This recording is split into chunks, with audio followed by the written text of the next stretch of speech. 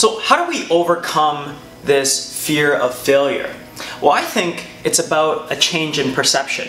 In other words, it's how do we define the word failure for ourselves? And the word failure is rooted in disappointment. It means that you're not good enough or you haven't achieved a certain level of success. And therefore, people have this idea that failure and success are these two completely different things. It's either one or the other. It's a binary system, 1 or 0.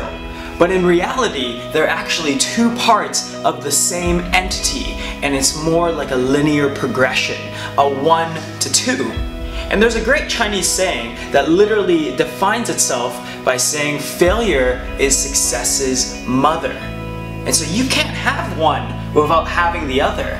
Therefore, failure is actually necessary for success. Rovio, the gaming company that created Angry Birds, was on the brink of bankruptcy, and they had to create 51 different games before they even created Angry Birds, which became a world phenomenon. Tesla Motors, also on the brink of bankruptcy. Elon Musk poured his money, his time, his energy into trying to save the company, and they churned a profit in 2013 for the first time, a decade after the company was built. And so if we want to achieve any level of success, we want to be able to overcome our fear of failure, we want to hack failure, we first need to change our perception on what failure is. Failure is the prerequisite of success.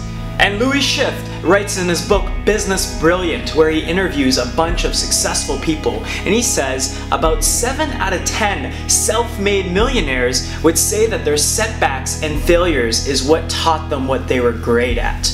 And only about 2 out of 10 people in the middle class would agree.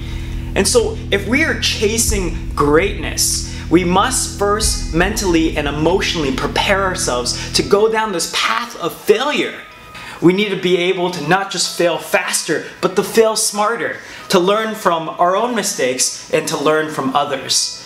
I say we choose failure because you never know when success might just be around the corner.